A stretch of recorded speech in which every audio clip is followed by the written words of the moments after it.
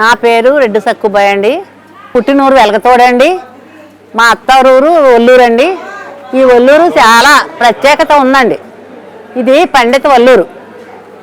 పెద్దలందరూ కూడా మహాత్ములందరూ కూడా ఈ ఊళ్ళో ఎన్నో త్యాగాలు చేసి ఎంతో గొప్పగా పవిత్రంగా ఈ ఊరిని చక్కబెట్టి ఎప్పుడు కూడా ఈ ఊళ్ళో అరదేశీ పరదేశీ వచ్చి భోజనం చేసి మహాత్ములందరూ వచ్చి వానాకాలం అంతా కూడా ఉపన్యాసాలు చెప్పి వాళ్ళకి కావాల్సినటువంటి సౌకర్యాలన్నీ మేము చేసి చక్కబెట్టి అందరినీ కూడా చూసేటటువంటి ఒల్లూరు గ్రామం ఇది. ఇటువంటి గ్రామంలో ఈ కమ్మ సంఘం ఏర్పడింది. కమ్మ సంఘం ఏర్పడిన ఇటు తూర్పుగోదావరి జిల్లాలో మా కపిలేశ్వర మండలంలో కమ్మవారు ఎక్కువ ఈ ఒల్లూరులో.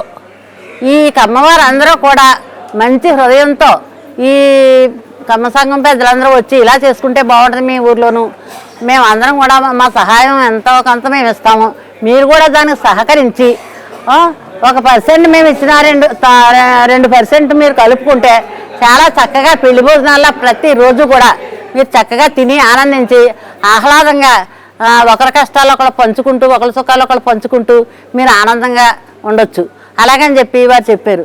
చెప్పిన దాన్ని బట్టి మేము అందరం కూడా మేము ఎప్పుడు కూడా ఈ ఊళ్ళో ఈ గ్రామంలో ప్రతి కార్తీక మాసంలోనూ వనభోజనాలు పెట్టుకునేవాళ్ళం అండి. అందరం కలిసిమెలిసి తినడం, కలిసిమెలిసి డబ్బులు వేసుకోవటం, చక్కబెట్టుకోవటం ఇలాగే జరిగేదండి. అటువంటి కార్యక్రమాలన్నీ కూడా కాలానుగుణంగా మాకు అందరికీ కూడా వయసులు పెద్ద 67 సంవత్సరాలు వచ్చేసినాయండి ఇప్పుడు నాకు. అలాగే నా తోటివారు అందరూ కూడా కొంతమంది పోయారు, కొంతమంది ఉన్నారు. ఇటువంటి కార్యక్రమాలు చేయడానికి ఎవరికి కూడా ఓపికలు సహకరించట్లేదండి. ఈ సమయంలో మీరు వచ్చి ఇలా చేసుకుంటే బాగుంటుందని చెప్తున్నా మాకు చాలా ఆనందం అయిందండి. అంచేత మేము అందరం కూడా ఈ కార్యక్రమాన్ని చాలా అనుకున్న దానికన్నా ఎక్కువగా బాగా చేయాలి, మనందరం కూడా నడుము కట్టుకుని సేవా దృక్పథంతో చేయాలని చెప్పి సేవ చేద్దామని కూడా మేము అనుకుంటున్నామండి.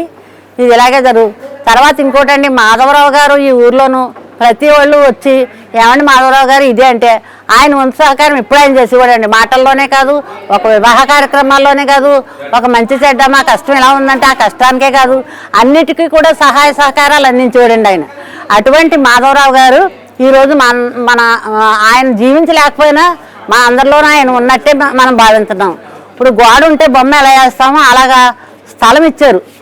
స్థలం ఇచ్చి స్థలదాతలుగా నిలబడి వారి కుటుంబం అంతా కూడా మేము తోడు నీడగా ఇందులో మేము అన్నీ చక్కబెడతాం, అదంతా కూడా మేము చూస్తాం, మీరు అందరూ కూడా వచ్చి సహకరించి దీన్ని ముందుకు నడపాలి అని చెప్పి ప్రతి వాళ్ళకి కూడా భుజం మీద చేసి తట్టి చెప్తున్నారండి. వాళ్ళ అమ్మాయి కూడా ఇతర దేశం నుంచి ఫోన్ చేసి మేము మీకు నా వంతు సహాయం నేను కూడా చేస్తాను, మీరు అందరూ కూడా చక్కగా ఈ కార్యక్రమాన్ని మన ఊర్లోనూ పెంచండి ఇంకా అని చెప్పి అంటున్నారు.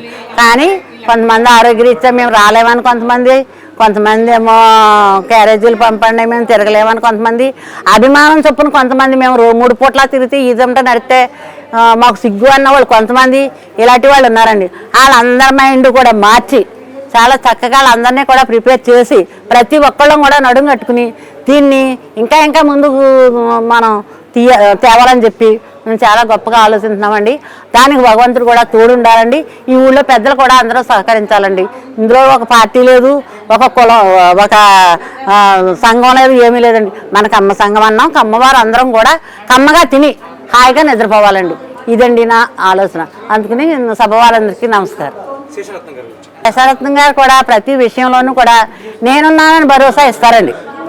ఏది ఇది లేదు అనుకోకండి, అన్నిట్లోనూ నేనున్నాను, మీకు ఏది కావాల్సిన నన్ను అడగండి అలా అని చెప్పి సరే మీరు అందరూ కూడా నన్ను అనుకరించి మీరు మసులుకోండి, మిమ్మల్ని అనుకరించి నేను మసులుకుంటాను అంతే తప్ప ఇక్కడ ఎవరు కూడా ఒకళ్ళు ఎక్కువ కాదు ఒకళ్ళు తక్కువ కాదు. మన అందరం ఒకే కుటుంబంగా ఉండే అక్క చెల్లెళ్ళకి మనం ఇదివరకైతే ఎలా ఉండేవాళ్ళమో అలాగే ఇప్పుడు కూడా మనం అందరం కలిసిమెలిసి ఈ కార్యక్రమాన్ని చక్కబెట్టుకుంటూ అందరినీ కూడా కలుపుకుంటూ మనం ఇలాగ ఇది ముందుకు నడిపించుకుని మనం అందరం బాగా చేసుకుందామని ఆవిడ కూడా చాలా చెప్పారండి.